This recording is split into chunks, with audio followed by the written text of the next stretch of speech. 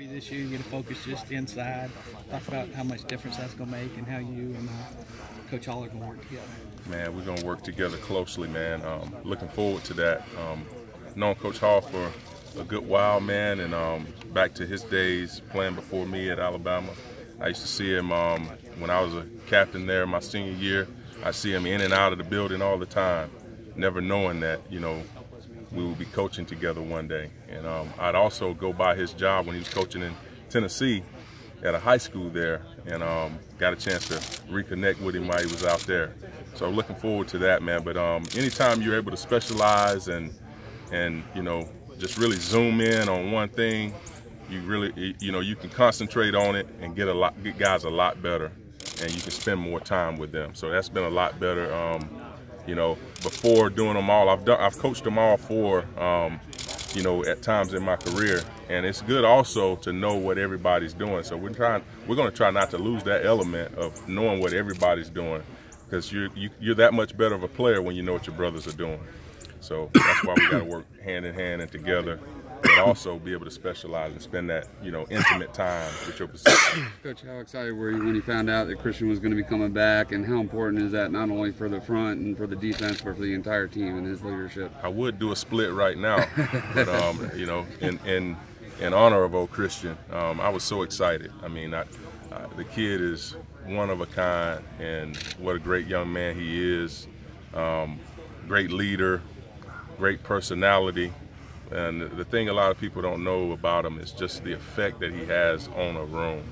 Like he makes the room instantly better. He brings the same energy every day, and that type of stuff is priceless. And we're just ecstatic to have him back. Coach, talk about, you've been here a year now. The difference between recruiting at other schools and at Clemson, and the difference between coaching at other schools and at Clemson. What do you see the difference? What do you see when you look at that, Paul? You know it, don't you? That's what I think the difference is, and I'm saying that humbly. I've been at Jacksonville State and some other places that I've been. You may get asked, who are you when you go into the school? And people see that Paul and they recognize the Clemson brand, So that's been wonderful, just being able to instant credibility, instant recognition of a kid knowing your school and knowing the things that you've accomplished, because we've done some great things here at Clemson, and the future's bright. We know how important it is, Christian and Dexter are, but how important will it be for you this year to get Niles and some of Darnell and some of those guys up to speed and get them in games, playing time? That's always important, man. Just as important as recruiting is development, and those guys putting in the work to where they understand what you're trying to do, because as a young player, that's the biggest barrier for you, is knowing what to do. So those guys have really put in, they understand their role, they're getting a better handle on the playbook. Niles has been here now, going on his third year, so he is, I expect big things out of him. And, just having him this spring, being able to talk to him, and coach him, you can tell that he has a handle on it. So, and players like Darnell getting here early helped him. Getting here early in the spring and being able to go through that helped him tremendously. So I'm looking forward to getting back rolling with those guys in camp, and not having, of course we'll restart where we began at in the spring, but those guys will be light years ahead. Coach Jordan Williams, talk about him for a moment. Oh, Jordan, man, he had a phenomenal spring. And, he came in at about 272 pounds as a freshman. He's about 305 pounds now. He's really worked in the weight room, and, he's been under Christian's wing for, a year now. And it's almost like they're Siamese twins, because wherever you see one, you see the other. And Christian does a great job of leading him and leading the whole group. And I'm just looking forward to him, man. He really came on the spring, and look for some carryover in the summer in the camp. 129 or 131 power, Division I teams. Is it safe to say Albert Huggins might could start for 126 of them? He is, I tell you, he has really came on, and I tell you, he's the perfect example of being ready when your number's called, and fighting to the end, because, at Florida State last year, we have Dexter go down, and he steps right in there and has a, player of the game type of game. And just looking forward, because he carried that over in the spring, had a wonderful spring, and just looking forward to seeing him continue, that growth as a player. And he's been consistent. He's worked his butt off, and I think y'all gonna like what you see out of him. Is he an NFL guy? I think he is. I think he has all the tools, and he's just putting them together every day, sharpening and shining them up. Coach, with your position group being so deep, how do you manage those guys and keep everybody happy with snaps and snap counts? Well, I think a lot of times, you're on the other side of this where you don't have enough guys that can do it. Being on the side where you got guys, three starter level guys and capable, well capable backups, you just have to coach them and truthfully. And what I mean by that is, guys got to earn it every week.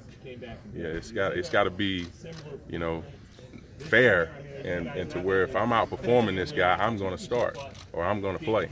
And that's the best type of situation to be in, where you got competition at that level of a Christian Wilkins, Dexter Lawrence, and Albert Huggins, and the rest of the gang. I just think it's going to be fun, man. And those guys know how we're going to do it. They know that the best, whoever puts in the work is going to play. Going back to Dexter, the injury last year, do you think he's going to be 100%? I think he will be. He's really worked his butt off. It was good to see him working camp and running around a little bit. It's been, good to hear about him over this summer, doing his workouts. He's looking good. I saw him again yesterday. Yesterday was our first day back in the office from vacation, but I got a chance to see him, of course, and he's been looking good. Coach, how much flexibility does the new redshirt rule give you in being able to develop young guys like Justin and Darnell, give them meaningful snaps late in the season? It's clutch. That is very clutch. I mean, before you had to worry about burning a red shirt and all of that, and, you got some mulligans, if you would, now to go out there and get some extra reps.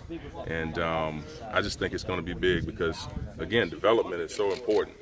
And that's a big, there's no development really without the opportunity to play. Last year you took just a couple defensive linemen in the class, and Darnell being one of them. What was it about Darnell that stood out to you guys? Darnell's work ethic. He has really come in here and worked his butt off, and been a resilient guy. Not as far as it's a big learning curve on learning the plays and learning things like that. But effort can't ever be a problem, and that ain't been a problem for him. He's always running to the ball. He's always giving effort, and you can see flashes of the talent that he has. But it's always just that learning curve that you got to get over. And he's put in extra time in his playbook on his own and with the leaders of this team and with myself. And as long as he's doing that, he's going to be just fine. Can you think of a time in college football when a team has had two dominant defensive tackles like Christian and Dex at the same time? I tell you what, I go back, and this is just because I feel like I'm getting pretty old when I say this, but you'd have to go back to the Tennessee days whenever, and I think Dan Brooks was D-line coach there during that time, and they had a guy named Albert Hainsworth from Hartsville, and then they had Henderson. That's the two guys, and I just remember our O-line preparing for those guys and talking about how they had their work cut out for them and how they're going to block those two, because you can't double team everybody. How much of a luxury is it to have the leadership that you're getting from Christian in that first group? We mentioned it yesterday to Dabo, that we were at the all-off event the other day, and they were all out there supporting their teammates. They're here in the summer working out. How much of a luxury do they have it? Do you can let those guys go out on their own and do what they do? I tell you what, man, you just give them a little bit of guidance and direction, and those guys, they take it to the 10th degree and put their arms all the way around the guys and get them ready to go and show them how to work. It's been no holes, no gaps left uncovered. So it's just tremendous the job that they've been able to do. What aspect of the game do you feel like takes a team to kind of get back the hardest to get back?